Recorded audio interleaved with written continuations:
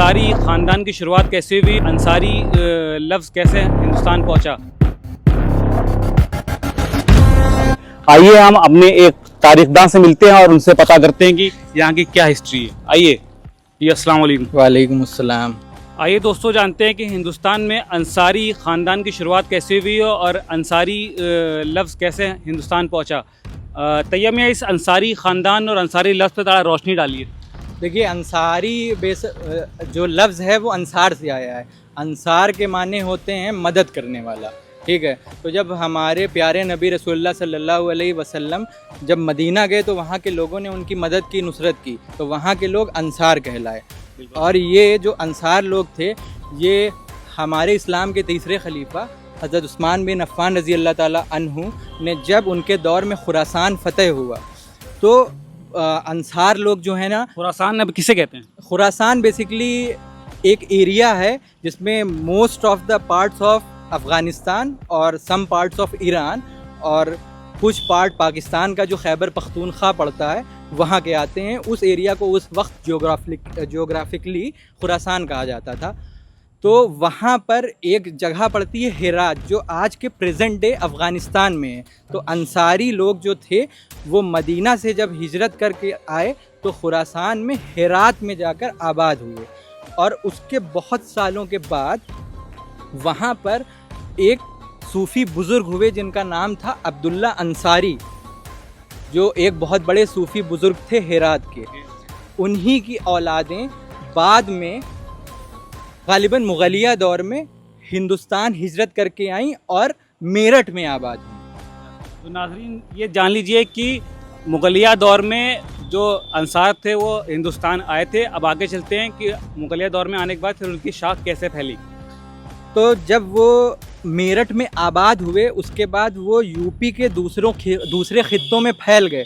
उसमें 5 इम्पॉर्टेंट अंसारीज़ की ब्रांचेस थीं जो यूपी के दूसरे ख़ित्तों में फैलीं, जिसमें पहली ब्रांच थी आपकी अंसारी ऑफ यूसुफपुर एंड मोहम्मदाबाद, जो गाज़ीपुर ज़िले में पड़ता है।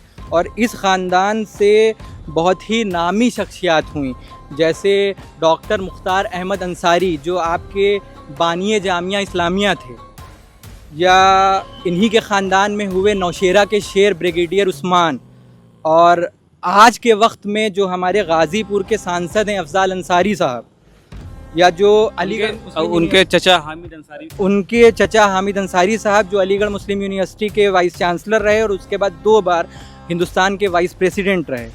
तो अंसारीज़ ऑफ मोहम्मदाबाद में ये लोग आते थे। उसके बाद जो दूसरी शाख थी वो अंसारीज़ ऑफ सहारनपुर थे। इसमें भी एक बहुत बड़े नाम हुए जिनका नाम था हज़रत मौलाना रशीद अहमद गंगोही साहब, जो देवबंद मूवमेंट से जुड़े हुए थे और इनकी मशहूरी जो है वो पूरे आलम में है। बिल्कुल सही। और जो तीसरी शाख थी वो अंसारीज़ ऑफ अलीगढ़ थे, और जो चौथी शाख थी वो अंसारीज़ ऑफ काकोरी थे, जो आकर काकोरी में आबाद हुए। और जो 5वीं शाख थी अंसारीज़ ऑफ सिहाली, या जिनको आज हम अंसारीज़ ऑफ फिरंगी महल भी कहते हैं। तो जब वो उनकी हिंदुस्तान में आमद हुई और मेरठ के बाद वो इस गांव जहां आज हम खड़े हैं, जो फतेहपुर कस्बे से, बाराबंकी के फतेहपुर कस्बे से 12 किलोमीटर की दूरी पे, आज ये बड़ा कस्बा हो चुका है, इसे कस्बा कहते हैं। इस गांव में अंसारीज़ ऑफ सिहाली या अंसारीज़ ऑफ फिरंगी महल के आबा वजदाद आकर बसे, जिसमें जो यहाँ पर आकर बसे थे उनका नाम था निज़ाम अल दीन उनका नाम था, जो यहाँ पर आकर बसे थे। और अंसारी ये आप उसी फिरंगी महल की बात कर रहे हैं जो लखनऊ में है? जी, उसी फिरंगी महल की बात कर रहे हैं जो आज आपको जो है ना लखनऊ में दिखता है, और जहाँ से बहुत बड़े बड़े नाम हुए, जैसे कि आज के दौर में अगर देखें जो इमाम ईदगाह हैं मौलाना खालिद रशीद फिरंगी महली साहब, या आज़ादी के मूवमेंट में एक बहुत बड़े नाम थे अब्दुल बारी फिरंगी महली साहब। और वहाँ से बहुत बड़े बड़े नाम निकले हैं जिन्होंने जो है ना दीन इस्लाम की खिदमत की है। तो ये एक मुख्तसर सी सिहाली की तारीख़ है जो अंसारियों से जुड़ी हुई है। और एक चीज़ और बताएं आपको, सिहाली में शेखज़ादों की 2 कम्युनिटीज़ आबाद थीं। एक तो यहाँ के अंसारी थे और दूसरे यहाँ के उस्मानी थे।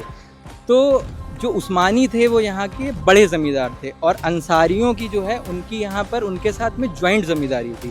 तो गालिबन अकबर के दौर में अकबर ने यहाँ पर अंसारियों को 2600 बीघे की ग्रांट दी थी और यहाँ पर जो है उनकी जॉइंट ज़मींदारी यहाँ के उस्मानियों के साथ थी, जिनसे उनकी जो है ना कुछ टसल भी रहती थी।